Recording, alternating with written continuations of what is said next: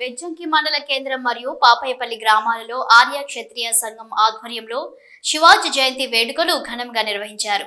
ఈ సందర్భంగా అఖిలపక్ష సంఘం నేతలతో ర్యాలీ నిర్వహించారు. పాపయ్యపల్లిలో మహిళలు మంగళహారతులతో ప్రత్యేక నివాళులు అర్పించారు. వేడుకల అనంతరం పలువురు మాట్లాడారు. 17 ఏళ్ల చిరుప్రాయంలోనే యుద్ధ విద్యలో ఆరితేరి మొఘల్ సామ్రాజ్యాన్ని ఎదిరించి వారి దురాగతాలకు చరమగీతం పారి భారతదేశంలో మరాఠా సామ్రాజ్యాన్ని స్థాపించిన ఘనత శివాజీకే దక్కుతుందని కొనియాడారు. అత్యంత పరమ పరాక్రమవంతుడు, ధైర్యం, వీరత్వానికి ప్రతీక, ధర్మ రక్షణకై అంకితమైన వ్యక్తి శివాజీ అని స్పష్టం చేశారు.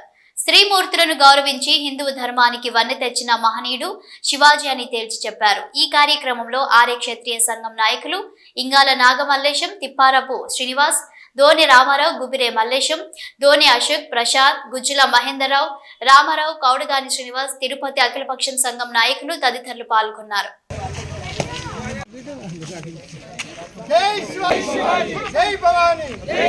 ఛత్రపతి శివాజీ మహారాజ్ గారి జయంతి బెజ్జంకి మండలంలో ఆర్య సంక్షేమ సంఘం ఆధ్వర్యంలో పెద్ద ఎత్తున ఘనంగా నిర్వహించడం జరుగుతూ ఉన్నది.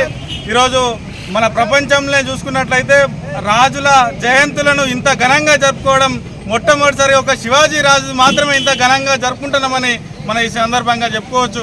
అట్లాగే శివాజీ మహారాజ్ గారి గొప్పతనం మనం చెప్పుకోవాలనుకుంటే అనేకం ఉన్నాయి. అయినప్పటికీ శివాజీ మహారాజు గారు మొట్టమొదటిసారిగా తానే స్వయంగా సొంతంగా రాజ్యాన్ని ఏర్పరచుకున్నటువంటి ఒక గొప్ప మహారాజు ఛత్రపతి శివాజీ మహారాజు. ఎలాంటి వారసత్వం లేకుండా ఒక రాజ్యాన్ని ఏర్పాటు చేయడం అనేది అత్యంత గొప్ప విషయంగా మనకు ఈ భావి పౌరులకు స్ఫూర్తినిచ్చేటువంటిది శివాజీ నుంచి స్ఫూర్తి పొందాల్సినటువంటిది ఉన్నది. ఆ రోజు రాజ్యంలో రాజ్యాన్ని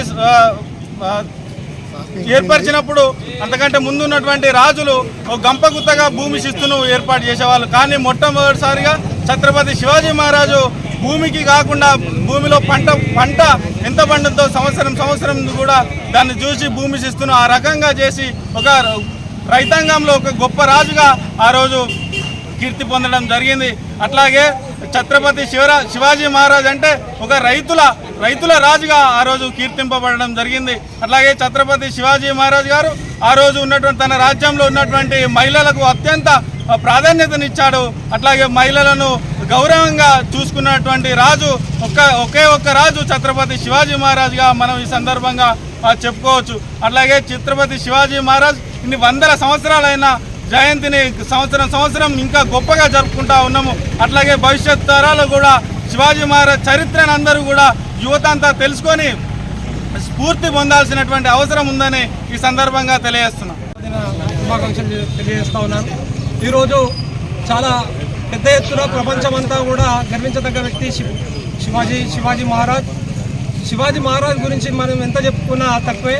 ఆయన అంటేనే ఒక ధైర్యం, ఆయన అంటేనే హిందువులకు ధైర్యం, ఆయన అంటేనే గోవులకు రక్షణ, ఆయన అంటే మహిళలకు రక్షణ.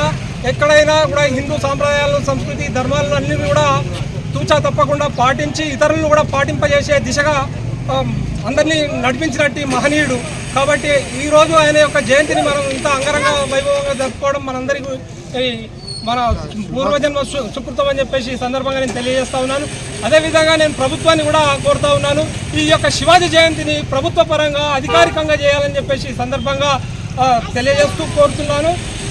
అందరికీ మరొకసారి శివాజీ జయంతి శుభాకాంక్షలు.